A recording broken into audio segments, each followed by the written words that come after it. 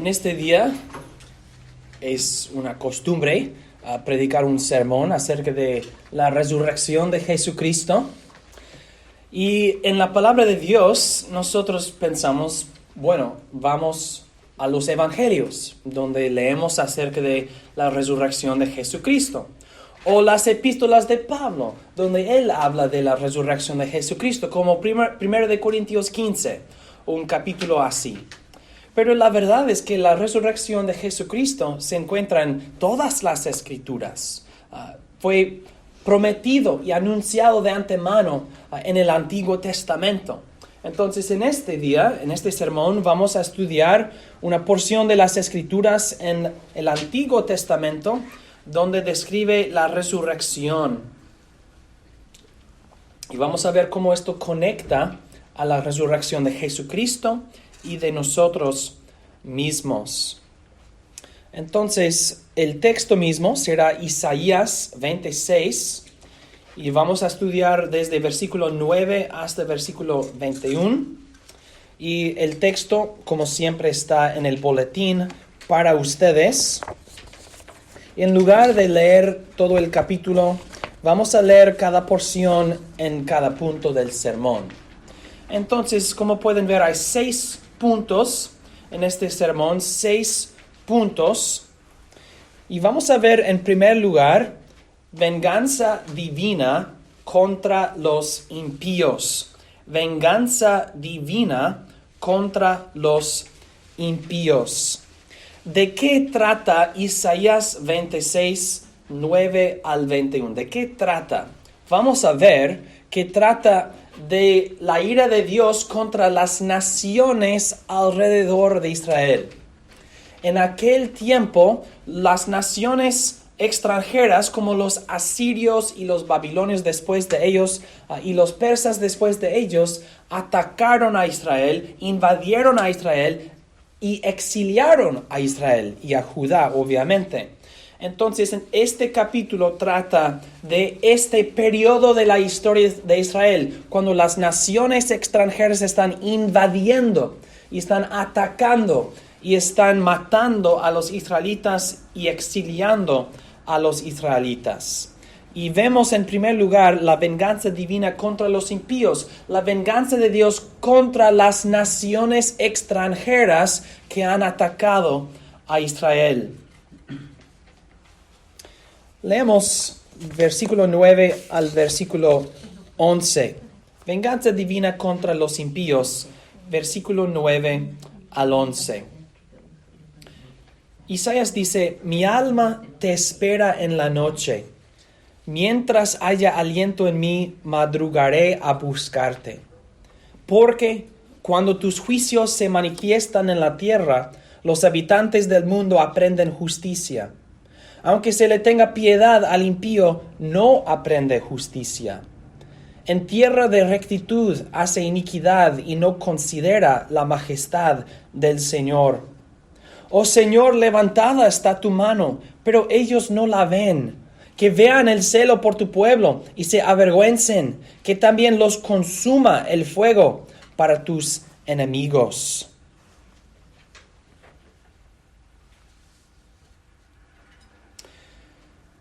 La situación, es importante entender la situación o el contexto. Ya mencioné la invasión de las naciones extranjeras. El contexto de esto es que Dios hizo un pacto con Israel por medio de Moisés y en el monte de Sinaí, y Dios les había dicho: si no me sirven, si ustedes sirven a otros dioses, yo mismo castigaré a ustedes. Y la manera en que yo les castigaré es que no voy a defender tus barreras, no voy a defender tu país. Al contrario, voy a permitir que las naciones extranjeras vengan y prevalezcan contra ustedes y ganen en batalla contra ustedes. Entonces, Dios mismo había permitido que las naciones extranjeras invadieran a Israel. E Israel está sufriendo las consecuencias de su propio pecado. Pero los israelitas a veces lucharon para entender cómo puede ser que una nación maligna, los impíos, ¿cómo puede ser que ellos son la herramienta del Dios Santo? Y nosotros, siendo el pueblo de Dios, ¿cómo puede ser que nosotros estamos sufriendo y una nación maligna está triunfando sobre nosotros? Habacuc lucha con esto mucho. Y Dios había prometido en su pacto no solamente que los israelitas sufrirían si desobedecieran, sino también Dios había prometido que yo restauraré a ustedes después de permitir que las naciones extranjeras prevalezcan contra ti. Yo castigaré a las naciones mismas. E Isaías aquí está pidiendo que Dios derrama sobre las naciones extranjeras venganza y juicio. Aunque ellos son la herramienta de Dios, Isaías está pidiendo que Dios castigue a ellos también. Pide que Dios derrama venganza divina contra los impíos. ¿Y cuál es su argumento? ¿Cuál es el argumento de Isaías? Isaías dice, cuando tus juicios se manifiestan en la tierra, los habitantes del mundo aprenden justicia. Eso es versículo 9. Cuando Dios mantiene justicia en la tierra, o cuando mantiene sus juicios, los habitantes de la tierra aprenden justicia. Pero Isaías está diciendo, pero Dios, no estás manifestando tus juicios porque los malignos, los impíos, están triunfando sobre nosotros. Entonces dice en versículo 10, aunque se le tenga piedad al impío, no aprende justicia. Dios, si no castigas el impío, si no derramas tu juicio sobre el impío, no va a aprender justicia. Isaías está diciendo, Dios, por favor, castiga a los impíos. En tierra de rectitud hace iniquidad y no considera la majestad del Señor. Si no hay castigo para el impío, si no hay juicio, si no hay venganza contra el pecador, no va a aprender nada. Va a vivir en su impiedad, va a vivir en su pecaminosidad y no va a considerar la majestad del Señor. Y en versículo 11 Isaías dice, Dios, el problema no es que faltas poder, levantada está tu mano, tú eres poderoso. ¿Cuál es el problema? Pero ellos no la ven, no ven tu mano poderosa. ¿Por qué? Porque Dios está permitiendo la victoria de ellos y no castigándoles. Que vean el celo por tu pueblo. Dios defiende a Israel.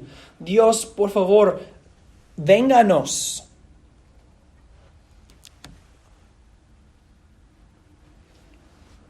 Que también los consuma el fuego para tus enemigos. Entonces Isaías pide que Dios castigue a las naciones extranjeras, a los impíos, a los asirios en este caso. Y dice, si no lo haces, Dios, ellos no van a considerar tu majestad, no van a aprender justicia. Y los habitantes de la tierra alrededor no van a aprender nada. O Dios consume con fuego a nuestros enemigos y así nosotros y ellos aprenderemos justicia. En segundo lugar, en número 1, 2 y 3 estamos estudiando el texto y en punto 4, 5 y 6 vamos a expander nuestro entendimiento, vamos a profundizarnos más. Segundo, vemos en este capítulo, en Isaías 26, 9 al 21, vemos la misericordia de Dios o misericordia divina a los indignos. Primero, venganza divina contra los impíos. Segundo, misericordia divina a los indignos. En versículos 12 al 18, Isaías confiesa la indignidad de Israel, pero también confiesa la misericordia de Dios para con ellos. Y en este caso, el profeta Isaías, él está viendo por el Espíritu Santo, él está viendo un futuro cuando Dios sí ha rescatado a Israel de sus enemigos. En los días de Isaías, ellos no recibieron, Isaías vivió por mucho tiempo.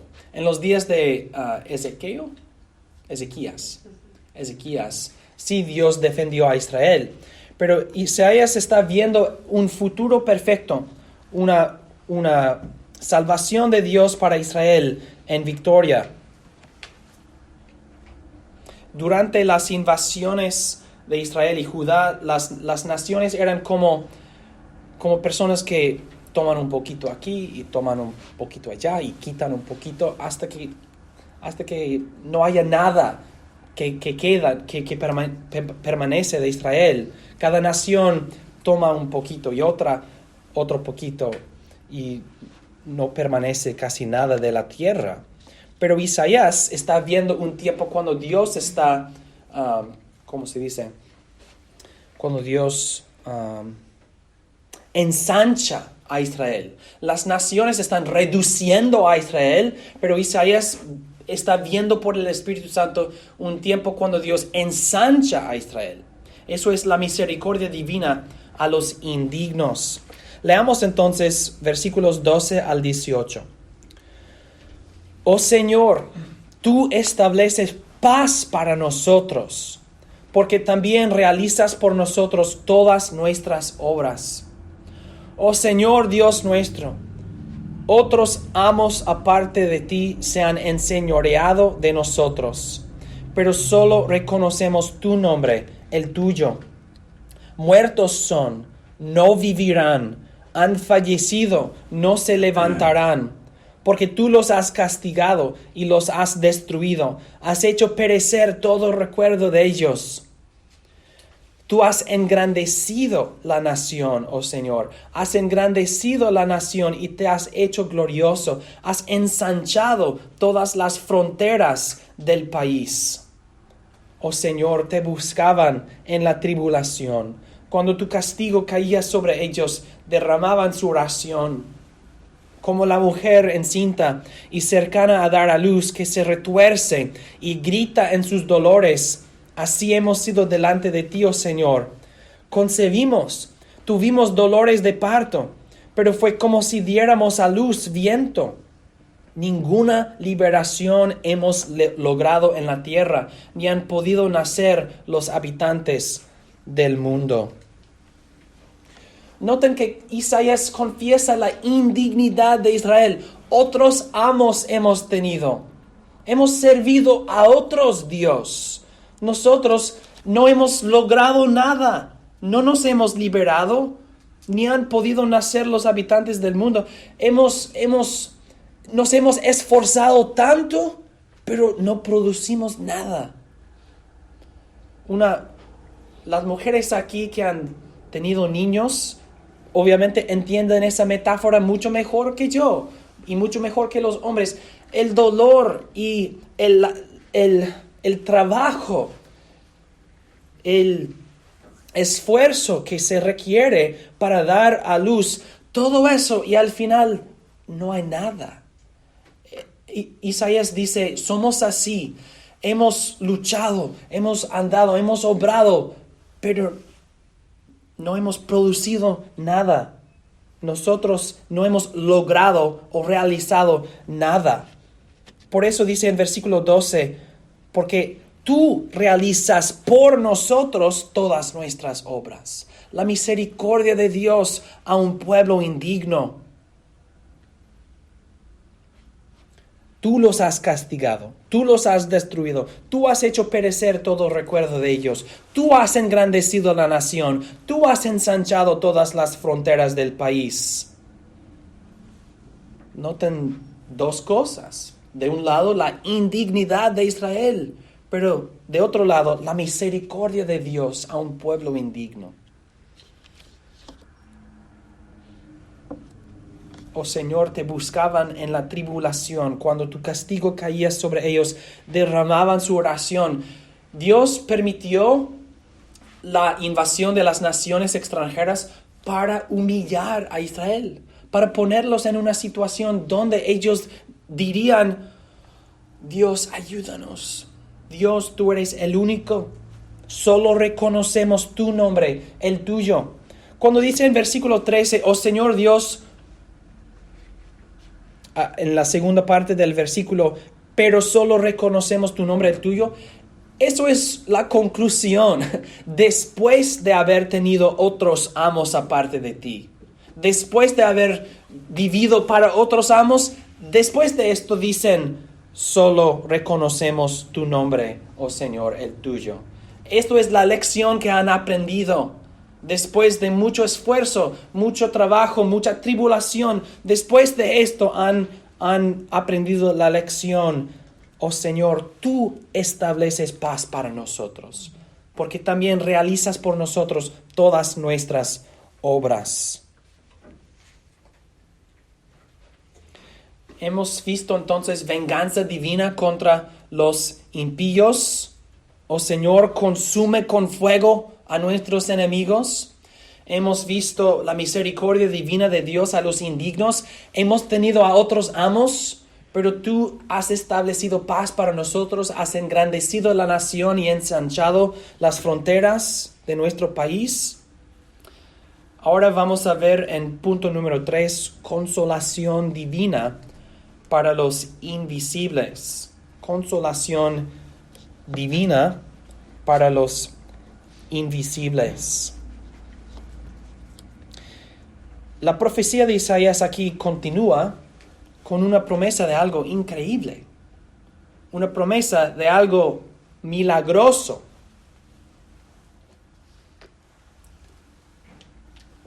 Dice en versículo 19 hasta 21, tus muertos volverán a vivir, los cadáveres se levantarán. Despierten y canten, oh moradores del polvo, porque tu rocío es como rocío de luces, y la tierra dará a luz a sus fallecidos. Anda, oh pueblo mío, entra en tus habitaciones, cierra tras de ti tus puertas, escóndete por un breve momento hasta que pase la ira. Porque he aquí que el Señor sale de su lugar para castigar la maldad de los habitantes de la tierra contra él. La tierra dejará ver su sangre derramada, no encubrirá más a sus asesinados. Cuando yo digo consolación divina para los invisibles, me refiero a los muertos, que no vemos a los muertos, están muertos, pero viven. No son extinguidos de la existencia. Los muertos tienen una existencia, pero a nosotros son invisibles. E Isaías hace una promesa para los muertos. Él dice, tus muertos volverán a vivir. Los que nosotros no vemos, los veremos un día. Ellos regresarán, volverán a la vida. Volverán a vivir, los cadáveres se levantarán. Habrá una resurrección, dice Isaías. Habrá un día en que los muertos vivirán, los moradores del polvo, los cuyos cuerpos han sido sepultados, ellos vivirán. Obviamente, leyendo esta profecía, los que lo oyeron o lo leyeron no sabrían exactamente cómo entenderlo, porque los muertos no viven, o pues no vuelven a vivir. Yo echo de menos mucho a mis abuelos o mis bisabuelos y a amigos y queridos que han fallecido. Los echo de menos mucho. No los puedo ver, no puedo hablar con ellos, están muertos. Pero Dios dice que habrá una resurrección. ¿Cómo entenderlo? No hay una experiencia que tenemos para comparar y decir, oh sí, será como esto. No hay nada en nuestra vida, no hay nada en nuestra experiencia, no hay nada en la historia del mundo que nos ayuda a entender qué significa esto. ¿Los muertos volverán a vivir? ¿Cómo puede ser? dormirán, la ira de Dios pasará y regresarán, volverán a vivir. ¿Cómo puede ser? ¿Cómo puede ser? Pues esto es la gran pregunta, ¿no? Entonces en Isaías 26, 9 al 21 vemos tres cosas. Primero, venganza divina contra los impíos, misericordia divina a los indignos y consolación divina para los invisibles. Consolación en el sentido que tenemos mucha tristeza cuando una persona muere. Hay mucha tristeza para los muertos, pero Dios nos promete consolación. Volverán a vivir. Ahora bien, ¿qué significa todo esto? ¿Cómo nos aplica a nosotros? No estamos en Israel, los asirios no nos están atacando. ¿Qué nos importa? ¿Por qué nos importa?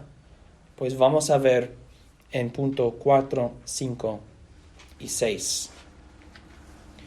Número 4. Jesucristo es la fuente de venganza divina.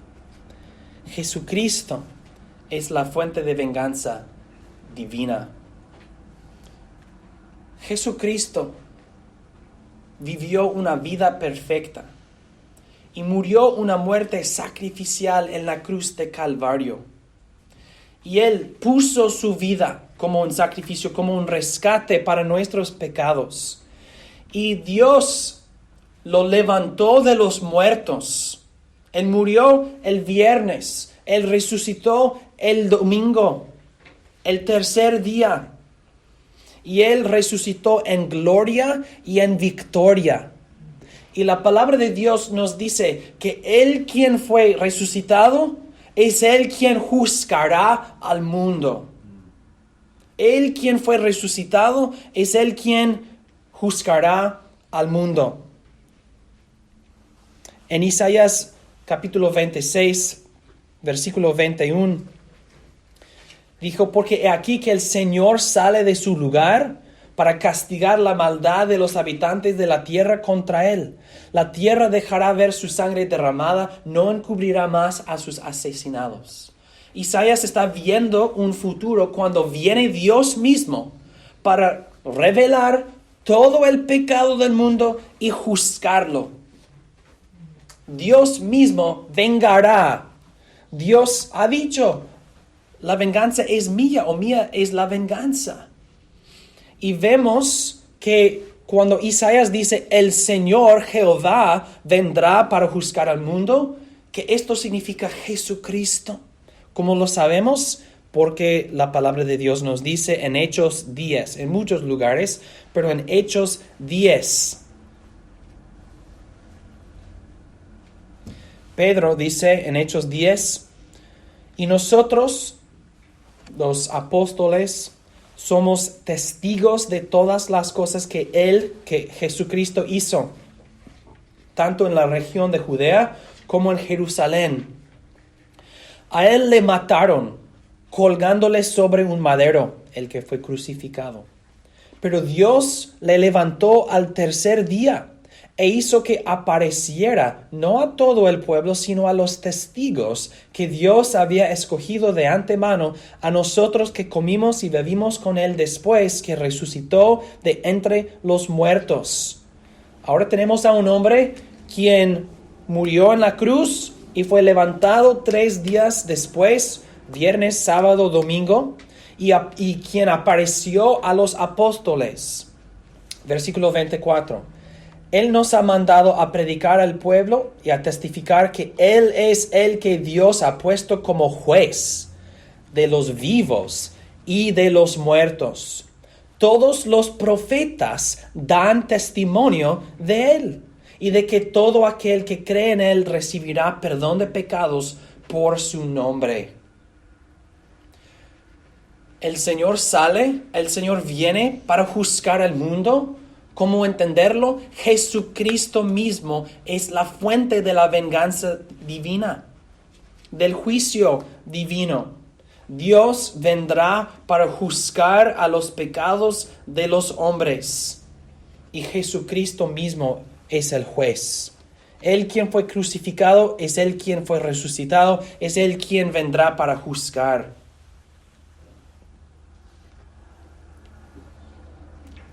Y todos los profetas dan testimonio de Él, incluso Isaías.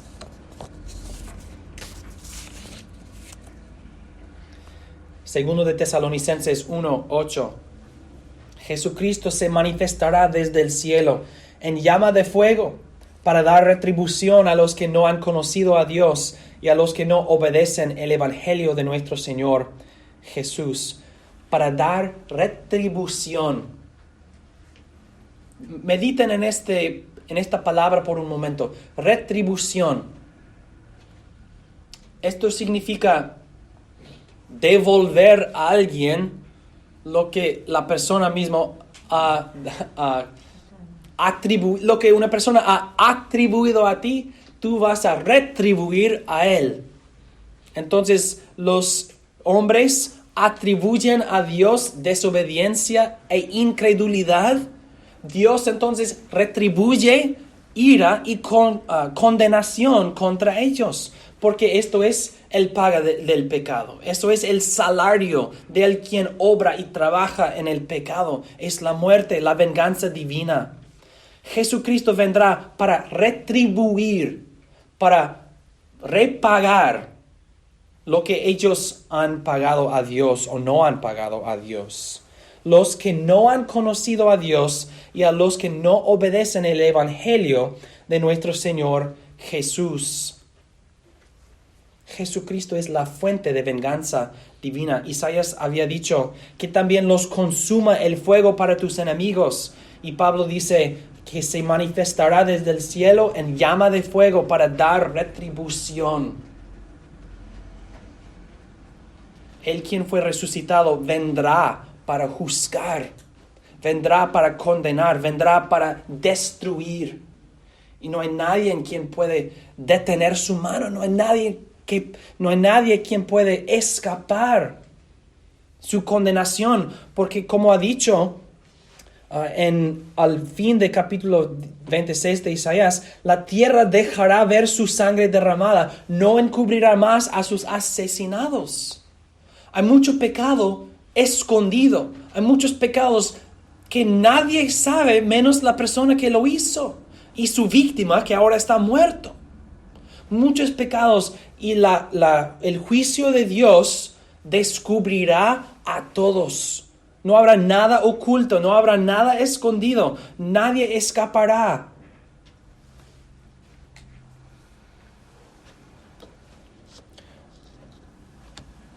No malinterpretes la prosperidad que Dios nos ha dado.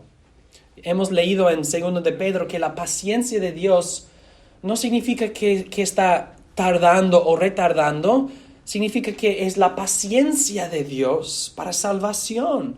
Entonces, si nosotros decimos, pues, todo va así como ha ido todas las épocas y todos los siglos en el pasado, Pedro nos ha advertido, ha dicho, no malinterpreten esto. Esto no significa que Dios no viene.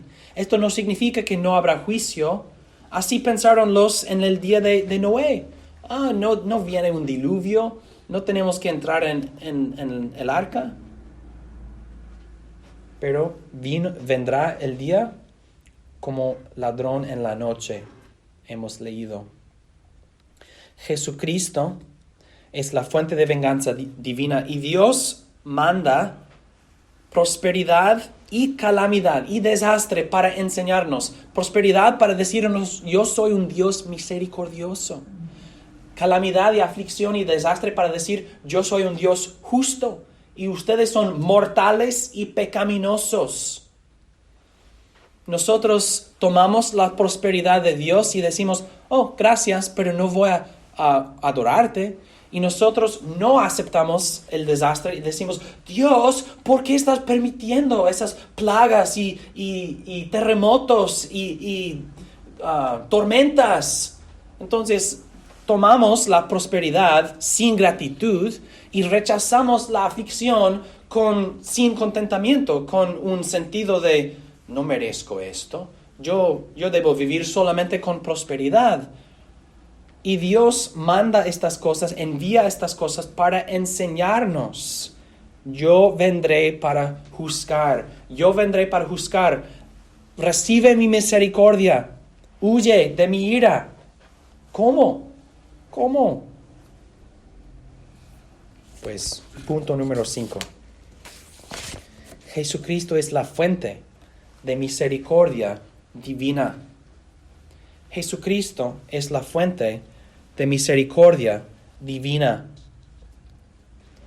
Hemos hablado de la venganza divina o el juicio divino, y así hemos empezado con el fin. Pero hay ciertas cosas antes del fin. El fin no ha llegado. Jesús puede regresar en cualquier momento, puede venir ahora mismo, pero no ha venido. Y Pedro nos ha dicho en 2 de Pedro que la paciencia de Dios es para salvación, para darnos tiempo, para arrepentirnos y para huir a Dios por la fe en Jesucristo. Isaías dijo en versículo 9, mi alma te espera en la noche. Mientras haya aliento en mí, madrugaré a buscarte. Hay un corazón que anhela a Dios, que espera a Dios. Entonces, ¿cómo puedo evitar la venganza divina? ¿En dónde puedo encontrar misericordia divina? Versículo 9. En Dios mi alma te espera. Mientras hay aliento en mí, madrugaré a buscarte. Y en versículo 12. Oh Señor, tú estableces paz para nosotros, porque también tú realizas por nosotros todas nuestras obras. Y versículo 13, debemos confesar nuestra indignidad. Oh Señor Dios nuestro, otros amos aparte de ti se han enseñoreado de nosotros. Debemos confesar nuestra pecaminosidad. Debemos pedir la misericordia de Dios. Versículo 16. Oh Señor, te buscaban en la tribulación. Cuando tu castigo caía sobre ellos, derramaban su oración. Otra manera de decirlo es que ellos en su tribulación susurraban, oh Dios, por favor, es así, oh Dios, por favor. Confiesan su indignidad, confiesan su pecaminosidad. Entonces, ¿cómo puedo yo huir? Confiesa tu pecaminosidad. Y en la tribulación, bajo este peso de pecado, derrama tu oración. Dios, ayúdame. Es pesado mi carga. Por favor, ayúdame. No lo puedo hacer yo. No lo puedo hacer. Y Dios dice por el profeta Isaías, oh Señor, tú estableces paz para nosotros, porque también tú realizas por nosotros todas nuestras obras. Debemos confesar, ninguna liberación hemos logrado en la tierra. No puedo liberarme. No puedo escapar este juicio. Pero Dios sí puede defendernos. Dios sí puede rescatarnos. Dios sí puede salvarnos, porque Él realiza todas nuestras obras. ¿Quién vivió la vida perfecta? Jesucristo. ¿Quién murió la muerte sacrificial? Jesucristo. ¿Quién conquistó a la muerte y resucitó de los muertos? Jesucristo. ¿Quién ascendió desde la tierra al cielo? Jesucristo. ¿Quién se sentó a la diestra del Padre? Jesucristo. Entonces, si quieres ser liberado del juicio de Jesucristo, ¿qué debes hacer? Encontrar misericordia divina en Jesucristo. Su obediencia, su muerte, su resurrección. En Él y en esto encontramos nuestra salvación. y todos los que derraman su oración a Dios, pidiendo misericordia en Jesucristo, todos los que dicen, tú estableces mi paz y tú realizas todas mis obras, todos los que vienen a Dios en Jesucristo para encontrar salvación, la recibirán. Serán perdonados y limpiados en la sangre de Jesucristo, la sangre del Cordero, la sangre del Hijo de Dios, y recibirán misericordia divina. Y si Dios es por nosotros, ¿quién contra nosotros? Si Dios nos perdona, ¿quién nos juzgará? ¿Quién nos condenará? Él es el juez y también el justificador.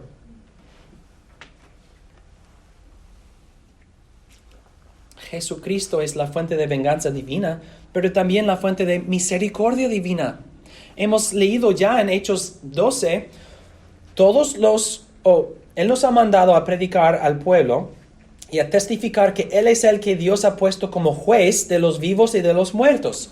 Jesucristo es la fuente de venganza divina. Pero ¿qué dice después? Todos los profetas dan testimonio de Él y de que todo aquel que cree en Él recibirá perdón de pecados por su nombre. Entonces, juez, sí, pero Salvador, sí también.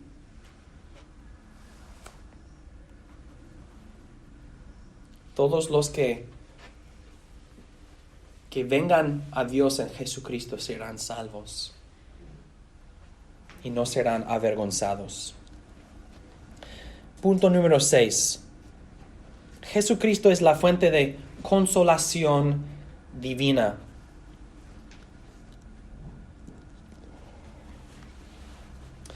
Apocalipsis capítulo 1, versículo 17 y versículo 18.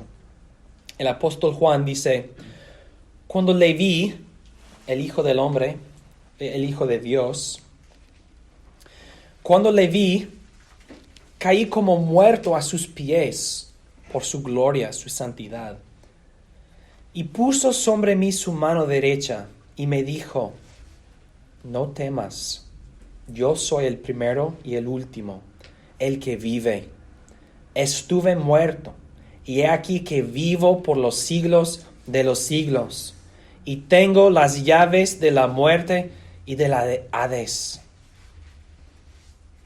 No temas, dice Jesucristo a Juan, no temas, yo estuve muerto, y he aquí que vivo por los siglos de los siglos.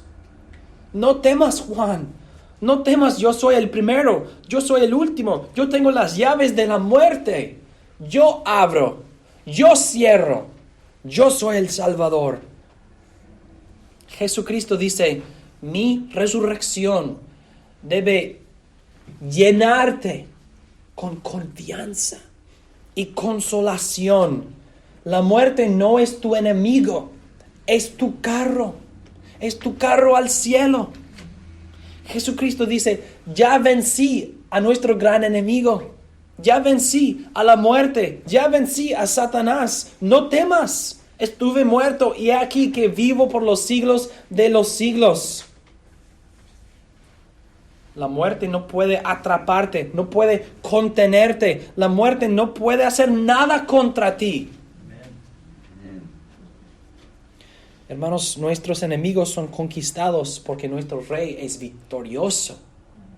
Como dijo Pablo en Romanos 14:9, porque Cristo para esto murió y vivió, para ser el Señor así de los muertos como de los que viven.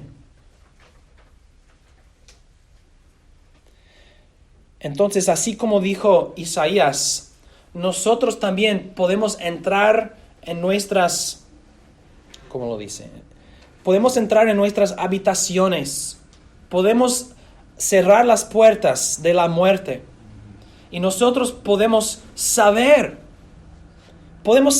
que nuestro Redentor vive y en nuestra carne veremos a Dios. Nosotros sabemos que nuestros cuerpos serán levantados. Entonces podemos dormir, metafóricamente, podemos dormir en confianza. Nosotros seremos los invisibles. Nosotros moriremos un día. la cantidad de nuestros días es fijado, es cierto. Pero Dios nos da consolación en Jesucristo. Él dice, no temas. Yo estuve muerto, pero he aquí que vivo por los siglos de los siglos. Entonces podemos entrar, podemos sepultar el cuerpo con confianza. Es una semilla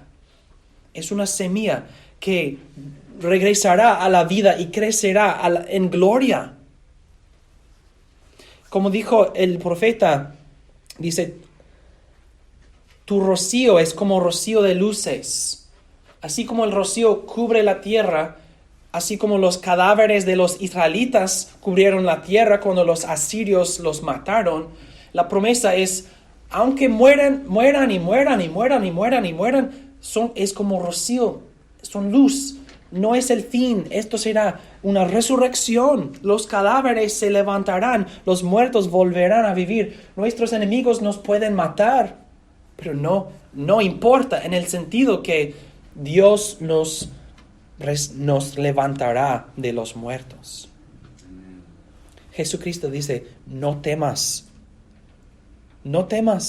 yo he establecido paz para ti, porque también yo he realizado por ti todas tus obras.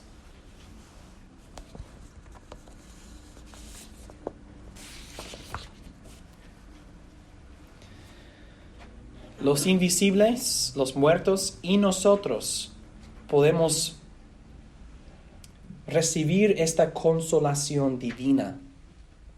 Los que están muertos, saben, van a vivir, van a regresar a una vida perfecta. Van a tener cuerpos gloriosos y perfeccionados.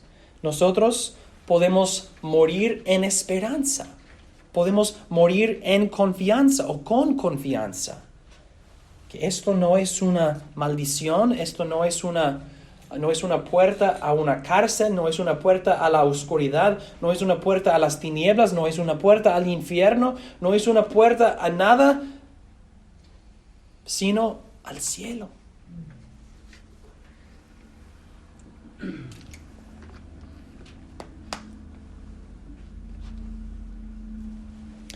Lo difícil para nosotros, hermanos, es que no vemos todo esto ahora. No veo la gloria, no veo a Jesucristo resucitado, porque Él está sentado a la diestra del Padre en el cielo. No lo veo en este momento. Noten conmigo Hebreos 2, 7 al 9.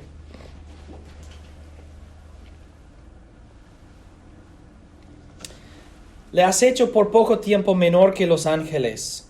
Le coronaste de gloria y de honra. Todas las cosas sometiste debajo de sus pies. Al someter a Él todas las cosas, no dejó nada que no esté sometido a Él. Todo ha sido sometido a Jesucristo. Pero ahora no vemos todavía todas las cosas sometidas a Él. Sin embargo, vemos a Jesús, quien por poco tiempo fue hecho menor que los ángeles, coronado de gloria y honra por el padecimiento de la muerte, para que por la gracia de Dios gustase la muerte por todos. Nosotros vemos a Jesucristo coronado con gloria y honra por su sufrimiento, por su muerte. Y no debemos pensar, no debemos malinterpretar, no debemos pensar Jesús no está reinando, porque la maldad y el pecado y las mentiras, todas estas cosas están ganando, están multiplicando en nuestro país, en nuestra tierra, en el mundo. ¿Cómo puede ser que Jesús está en su trono cuando el pecado y los demonios están ganando tantas batallas contra nosotros? La palabra de Dios nos dice, no malinterpreten esa situación. Los asirios triunfaron mucho contra los israelitas, Pero al fin Dios destruyó a todos los enemigos de Israel. Dios juzgó a todos ellos. Y Dios permitió esto para humillar a Israel. Dios también permite victorias contra nosotros en este mundo para humillarnos. Pero Dios destruirá a todos sus enemigos y todos nuestros enemigos. Entonces no debemos fallar de confiar que todas cosas han sido sometidas a Jesucristo, pero ahora no vemos todavía todas las cosas sometidas a Él. Sin embargo, vemos a Jesús. Vemos a Jesús, quien por poco tiempo fue hecho menor que los ángeles, coronado de gloria y honra por el padecimiento de la muerte. Jesús ha sido coronado. Y sabemos esto porque resucitó de los muertos y ascendió al cielo y se sentó a la diestra del Padre. Y allí está, hermanos, a la diestra del Padre, nuestro sumo sacerdote, nuestro rey, nuestro gran profeta. Allí está, no lo duden. Al contrario, sean consolados. La verdad y el hecho que Él está allá es la garantía que yo en mi cuerpo también estaré allá, con Él y con Dios, y en el nuevo cielo y la nueva tierra. Los israelitas, yo dije, ellos no sabrían exactamente cómo entender esta profecía. ¿Los muertos vivirán? ¿Cómo? Pues nosotros, no hay confusión para nosotros, porque Jesucristo ha resucitado de los muertos. Sabemos exactamente cómo. Dios mismo lo logrará. Él realizará todas nuestras obras. Él murió, Él resucitó de los muertos, Él ascendió al cielo, Él se sentó a la diestra del Padre, y Él regresará para juzgar, para levantar a todos los hombres, para juzgar a los impíos y para salvar finalmente a todas sus ovejas. No hay misterios entonces para nosotros, solamente claridad, solamente la verdad de la salvación que tenemos en Jesucristo, en su vida, su muerte y su nueva vida, la resurrección de Jesucristo. Entonces, cuando meditamos en la resurrección de Jesús, hermanos, en un día como esto, nosotros podemos decir con Isaías: oh Señor, tú estableces paz para nosotros, porque también realizas por nosotros todas nuestras obras. Y cuando dice: tus muertos volverán a vivir, los cadáveres se levantarán, nosotros podemos decir: yo voy a participar en esta promesa. Yo voy a participar en esa gloriosa promesa, porque yo confío en Dios, porque yo confío en Jesucristo. Creo que Él fue resucitado de los muertos, y yo lo confieso como mi Señor. Hermanos, Jesucristo es la fuente de venganza divina, el juez de los vivos y los muertos.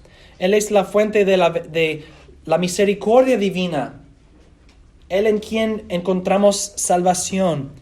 Y Él es la fuente de consolación divina. Él dice: no temas, yo estuve muerto, pero ahora he aquí que vivo y viviré por los siglos y los siglos. Hermanos, Él ha realizado por nosotros todas nuestras obras.